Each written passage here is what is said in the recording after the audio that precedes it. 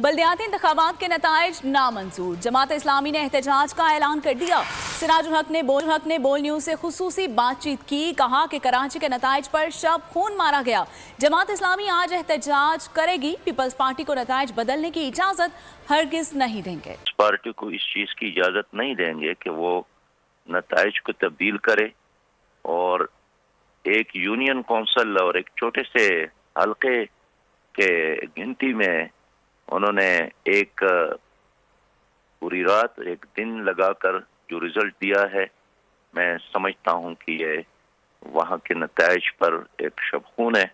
کل ہم احتجاج بھی کریں گے اور مسلسل جاری رکھیں گے۔ میرا اپنا جائزہ یہی ہے کہ ہمارے ایکچول وہ بنتے ہیں 102، کم اختیارات میں بھی زیادہ کام کر سکیں گے، لیکن شہر کراچی جو ہے یہ پاکستان کے ایک معاشی شہر ہے۔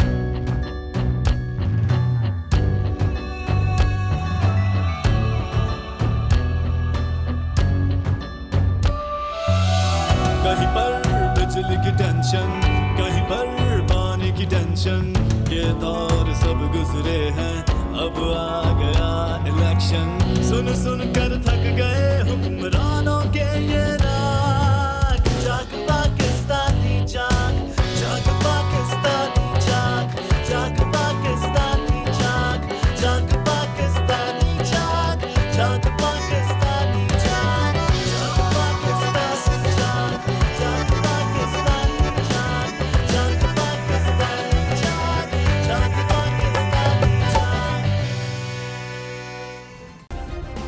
سبسکرائب کریں اور بیل دبائیں تاکہ کوئی خبر رہ نہ جائے۔